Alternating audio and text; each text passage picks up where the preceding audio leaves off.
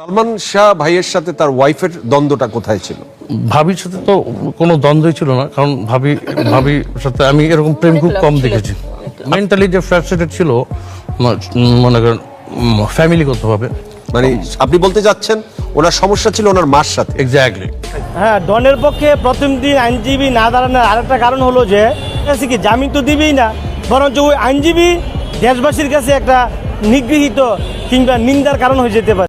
কারাগারে না খেয়ে না ঘুমিয়ে চরম কষ্টের দিন কাটাচ্ছেন সালমান শাহ মামলার ৪ নম্বর আসামি খল অভিনেতা ডন। দীর্ঘ ৩০ বছর ধরে যে সত্য তিনি গোপন করে রেখেছিলেন তা প্রকাশ্যে আসার পরেই যেন কারাগারে ডনের জীবন নিয়ে নেমে এসেছে চরম দুর্বিষহ পরিস্থিতি। মিউজিক, কান্না, অপরাধ বোধ আর ভবিষ্যৎ উদ্বেগে কারাগারে এখন না খেয়ে না ঘুমিয়ে দিন কাটছে তার।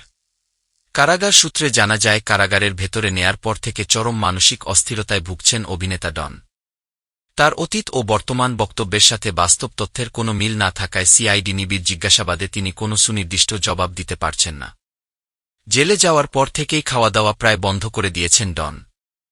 থালার খাবার ছুঁয়েও দেখছেন না। দিনে একবার সামান্য কিছু মুখে দিলেও পরপর ২ বেলা না খেয়েই কাটাচ্ছেন। রাতের পর রাত না ঘুমিয়ে সেলে পায়চারি করছেন আর অঝরে কাঁদছেন। তবে এই মামলার সবচেয়ে বড় চমক হল, ডনের পক্ষে দাঁড়াতে কোনো আইনজীবী রাজি হননি। ঢালিউডের সবচেয়ে জনপ্রিয় অমর নায়কের হত্যাকাণ্ডে জড়িত থাকার অভিযোগে এবং দীর্ঘদিন আত্মগোপনে থেকে পালিয়ে যাওয়ার চেষ্টার কারণে আইনজীবী সমিতিও তার পক্ষে সরাসরি কোনো আইনি সহায়তা দিতে রাজি হচ্ছে না। অনেক আইনজীবী স্পষ্ট জানিয়ে দিয়েছেন, দেশের কোটি কোটি মানুষের আবেগ জড়িয়ে থাকা এই হত্যাকাণ্ডের আসামির পক্ষে তারা লড়বেন না। 1996 সালের কালো রাতের পর থেকে দীর্ঘ ৩০টি বছর ডন নানা অজুহাত নিজেকে নির্দোষ দাবি করে সত্য আড়াল করার চেষ্টা করছিলেন।